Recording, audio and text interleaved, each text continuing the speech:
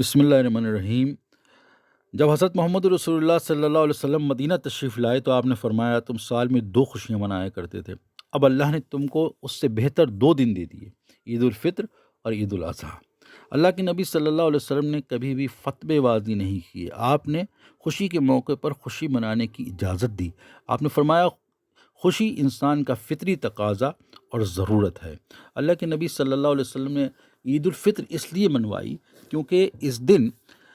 ہم لوگ رمضان بھر میں جو ہم نے روزے رکھے ہیں، جو تلاوتیں کی ہیں، تراویح کی، اس کا شکر ادا کرنے کے لیے کہ اللہ تبارک و تعالیٰ تیرا شکر ہے تو نے ہمیں اتنی توفیق دی اور اس بابرکت مہینے میں تو نے قرآن جیسی دولت سے ہم کو نوازا۔ اور اس کے علاوہ ہمیں اس دن بچوں کو خاص طور سے چھوٹ دینا چاہیے، ان کو موقع دینا چاہیے کہ وہ جائز طریقے سے سیر سپاٹوں اور کھیلوں میں من بہلائیں، اپنا دل لگائیں اور کھل کر خوشی منائیں۔ پابندی نہیں لگائی اللہ کے نبی صلی اللہ علیہ وسلم نے۔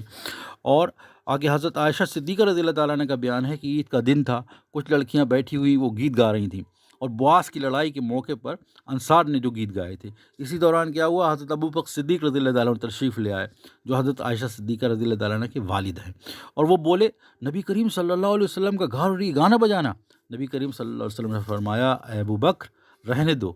ہر قوم کے لیے تہوار ہوتا ہے، تہوار کا دن ہوتا ہے، اور آج ہماری عید کا دن ہے۔ ایک بار عید کا دن تھا، حبشی باجیگر تھے، وہ فوجی کرتب دکھا رہے تھے،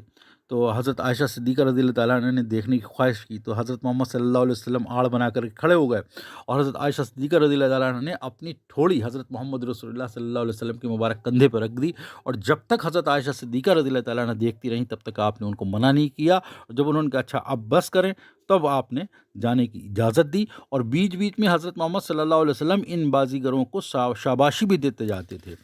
تو لہٰذا ہمیں ان دنوں کو یہ اللہ تعالیٰ نے جو نعمت دی ہے اس میں خوشی کا اظہار کرنا چاہیے، آپس میں ملنا چاہیے، اور خاص طور سے ایک طریقہ حضور کا تھا کہ اس دن آپ قیدیوں کو عام معافی دیا کرتے تھے، غریبوں اور محتاجوں کا خاص دھیان رکھتے تھے، صدقہ فطر کی ادائیگی کا خاص حکم دیتے تھے، بچوں کو عیدی وغیرہ دینے کے لیے کوئی